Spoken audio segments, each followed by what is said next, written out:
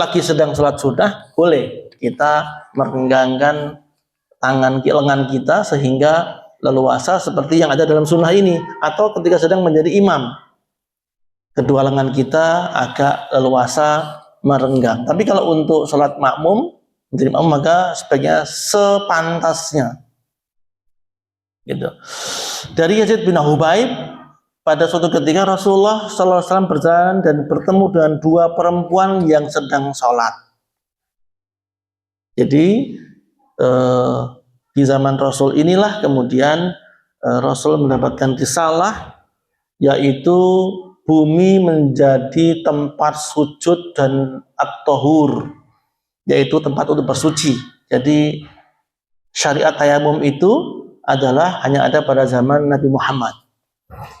Syariatnya masjid ada di setiap tempat itu zaman Nabi Muhammad.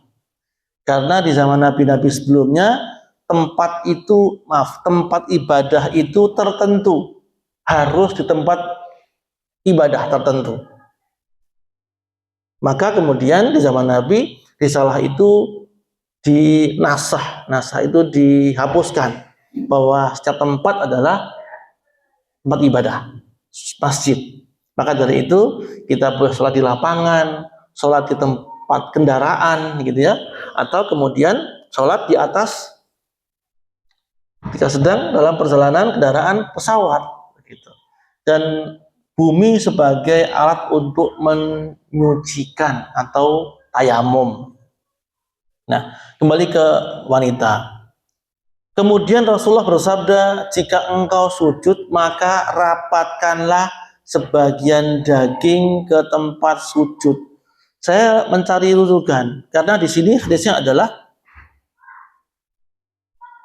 idza sajadtuma, dua ya. Fadhumma ba'dal lahmi, lahmi itu daging. Ilal ardi. Fa innal mar'ata laysat fi dzalika karrajul. Bahwa rapatkanlah sebagian daging ke tempat sujud, karena dalam hal ini perempuan tidak sama sujudnya dengan laki-laki. Saya berandai-andai apakah maksudnya merapatkan itu betul-betul gimana ya Ustaz ya? Saya tadi berandai-andai bagaimana wanita itu sujud, apakah begini ya, merapatkan begitu, begini. Laki-laki sehingga seolah-olah para sahabat melihat lengan Rasul. Perempuan nggak boleh begini, kurang pas. Perempuan adalah merapatkan, gitu ya. Keduanya untuk tidak sampai sama dengan laki-laki. Karena sesungguhnya kata Rasul, al-mar'ata laisat, perempuan itu berbeda. Fi dzalika karrajul, berbeda dengan para laki-laki. Nah, sebelum kita lanjut ke bangun, ada yang ingin dibahas, ditanyakan, dipersilahkan. Silakan Pak. Iya. Oh ya. Nah, iya, kita kembali ke hal-hal yang dimakruhkan atau dilarang dalam sujud. Yang pertama adalah dilarang untuk membaca Al-Quran. Ya. Larangan membaca Al-Quran ketika sujud. Ini tidak boleh. Bukan karena apa, kita juga nggak tahu. Karena memang begitulah Rasul melarang. Jadi di sujud itu adalah diperbanyak untuk berzikir dan berdoa. Yang kedua adalah, saya tidak hafal teks hadisnya, tapi ini hadis sangat masyhur, terkenal, yaitu larangan menempelkan lengan, Bapak. Menempelkan lengan ketika sujud.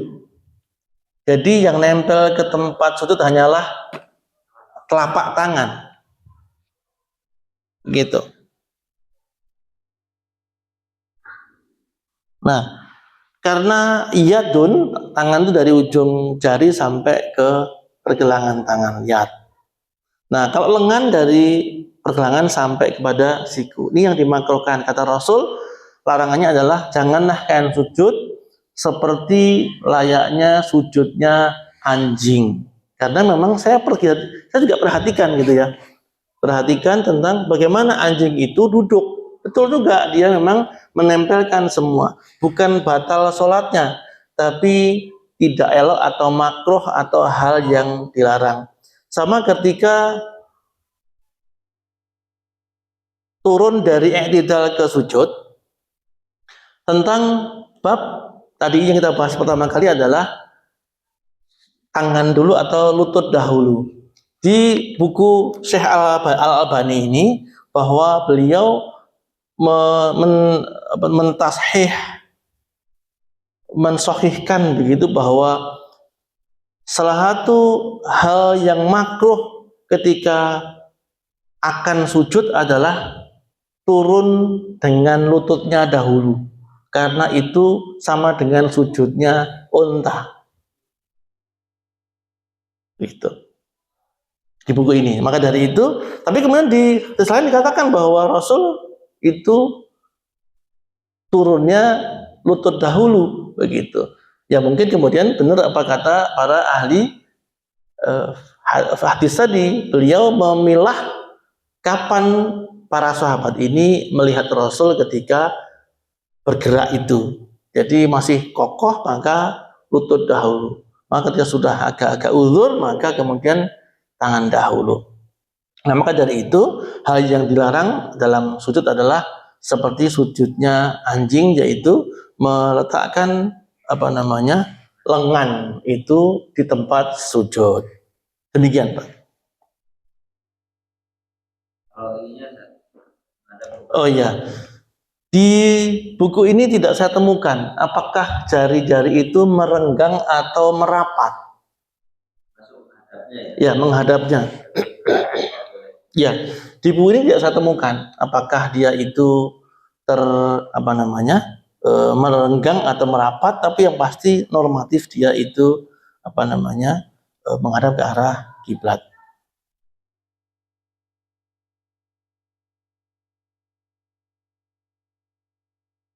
Ya.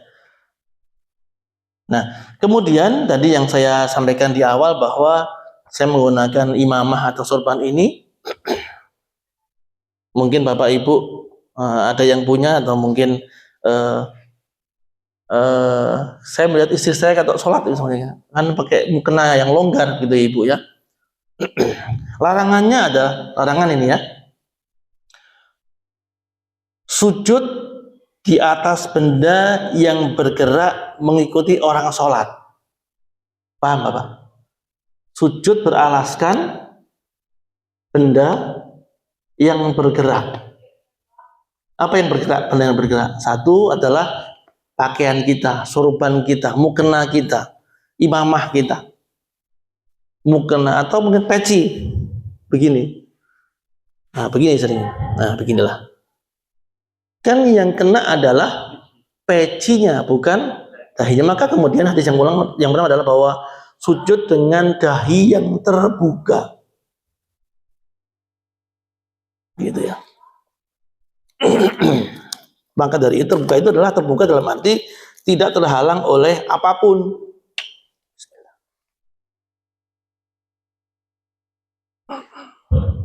Nah, yang sering adalah mungkin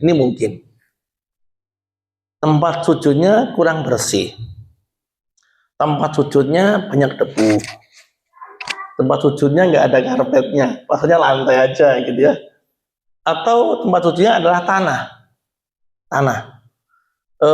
Mungkin Bapak waktu masih muda dulu sering kemah gitu ya, sujudnya ada di lapangan tanah gitu ya, kemah namanya juga kemah gitu, maka cari alas yang agak nyaman.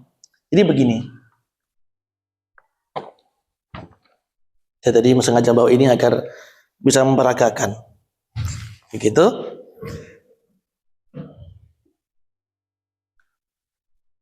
Allahu Akbar. Nah, begini. disusun dulu. Ya, nggak boleh. Nggak boleh. Sama dengan yang kena kan berarti pecinya begitu, bukan dahinya. Gitu. Kalau dari awal sorbannya dijadikan saja. Nah, kecuali jika kemudian sorbannya diturunkan sekalian. Diniatkan untuk alas. Ya, bukan untuk sehingga sujudnya tidak makruh atau sujudnya boleh. Gitu. Jadi itu yang tadi mau kita sampaikan bahwa bukan beralaskan tempat, bukan beralaskan benda yang bergerak. Gitu. Nah, kalau di sorbannya diletakkan sekalian malah boleh. Tapi kalau dipakai dan dibuat alas itu maka itu yang dilarang. Bukan berarti batal, tetapi tidak sempurna pahala sujudnya, tidak sempurna pahala sholatnya. Subhan rabbil ala, subhan rabbil ala wa bihamdihi. Nah, kemudian bagaimana dengan posisi anggota tubuh dari mulai dahi, hidung, kedua telapak tangan, lutut dan jari. Idealnya adalah bahwa jari itu menghadap ke arah kiblat jika mampu. Ya, jika mampu maksudnya, maaf, ya. Ya, begini, jika mampu. Tapi kalau yang namanya rematik, Ustaz, mohon maaf ya. Rematik itu ngilu rasanya jempol kaki itu, sehingga ya sebisanya lah. Tapi yang pasti harus menempel kepada tempat sujud, karena memang itulah salah satu bentuk daripada kesempurnaan sujud. Gitu. Nah, jadi 1, kemudian 2, 4, dan kemudian 5, 7. Nah, kemudian satu hal tentang yang dikhilafkan, hadisnya adalah memperpanjang sujud. Memperpanjang ini dalilnya memang tawilus sujud. Memperpanjang sujud ini kemudian diartikan memperlamakan waktunya atau memperpanjang, tidak salah. Karena hadisnya adalah tawil itu panjang. Ada saudara kita yang kemudian agak-agak bukan nyeleneh Pak, tapi panjang bener gitu ya. Gitu ya. Alasannya adalah ya kalau sebadan saya panjang begitu bisa sampai ujung begini. Tapi kalau kemudian badannya agak tidak tinggi sampai ke ujung sini kayaknya terlalu janggal gitu. Seolah-olah kayak hampir tengkurap, dan ini jadi kurang elok dan tidak bisa lama-lama karena sakit. Boleh dicoba Bapak kalau misalnya pengen Pak, nanti soalnya agak dipanjangin gitu, ini agak pegel gitu. Tapi kalau kita sujudnya normal saja, maka agak lama juga kita masih betah. Tapi ini karena hadisnya adalah tawil sujud, memperpanjang sujud, bisa karena lamanya atau panjang badannya. Nah, itu silakan, tapi itu dua arti yang berbeda dalam satu kata gitu.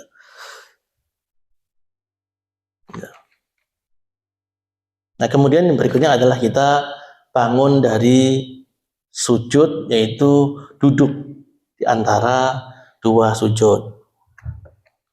Belum lanjut. Gimana? Jadi anggota sujud duduk. Ya.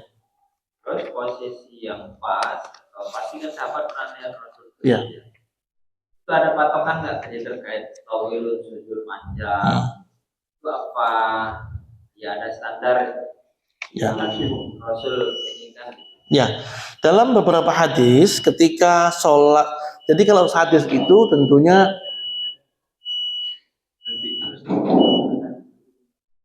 ketika hadis dipelajari, maka Rasul itu sujudnya lama. Tapi kemudian kita bisa menarik kesimpulan bahwa ketika sholat wajib normatif. Tadi disampaikan adalah bahwa ketika sholat sunnah panjang, atau berarti kalau sholat gerhana begitu, antara ruku', i'tidal dan sujud itu dalam hadis-hadis yang rajih itu lamanya itu hampir lama kayak berdiri. Lama betul. Tapi kemudian ketika sholat wajib, sunnah-sunnah yang normatif gitu ya, maka kemudian ya sujudnya lama tetapi tidak selama ketika berdiri. Seolah-olah kata sahabat, seolah-olah lamanya hampir sama seperti berdiri. Ini lamanya. Gitu. Tapi kemudian setelah definitif bahwa posisi tadi sudah kita bahas, yaitu anggota tubuh yang pinggang ini lebih tinggi daripada kepala, menempel tubuh anggota tubuh ini begitu, merenggang atau merapat. Nah, di sini tidak ada, di 3 buku ini tidak ada yang menyampaikan merenggang atau merapat jari-jarinya. Nggak ada di sini. Ya, maka saya nggak bisa sampaikan ketika tidak ada rujukannya. Demikian, Ustaz. Kiranya untuk sementara kita cukupkan. Ada lagi Bapak Ibu sekalian? Ada yang mau ingin tanyakan? Silakan. Dalam sujud kita yang boleh membaca. Iya. Jadi kalau doa itu dari ayat gimana? Iya. Beda Bapak antara doa dan membaca Quran. Kebetulan di Quran itu ada ayat-ayat yang berupa doa, dan itu boleh. Bukan semata-mata membaca Al-Quran, tapi membaca dini itu membaca doa, misalnya Rabbana atina fid dunya hasanah, itu ayat. Tapi juga doa, itu boleh. Rabbana la tu'akhidna in nasina aw akhtana, itu ayat, tapi juga berupa doa. Maka dari itu boleh. Yang nggak boleh adalah doa. Tidak bagus. Maksudnya? Maksudnya membaca ngaji itu. Ngaji itu maksudnya.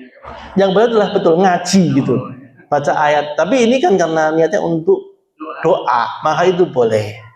Yang nggak boleh adalah membaca doa dengan bahasa kita, tapi menggunakan lisan. Ini yang nggak boleh. Batal salatnya gitu ya. Begitu ya. Subhanarabbiyal a'la. Ya Allah, hutang saya menumpuk. Ya Allah, nggak boleh ini. Batal salatnya, Pak, gitu ya. Dalam hati boleh dalam hati. Panjang boleh dalam hati. Unek-unek semua curhat sampaikan kepada Allah. Tapi dalam hati. Yang di lisan hanya Subhanarabbiyal a'la wa bihamdihi. Sudah 3 kali. Selebihnya curhatan sama Allah sepuas-puasnya. Wallahu a'lam bishawab. Kiranya sementara begitu, kami akhiri, kita sambung lagi insyaallah pekan depan. Assalamualaikum warahmatullahi wabarakatuh. Baik,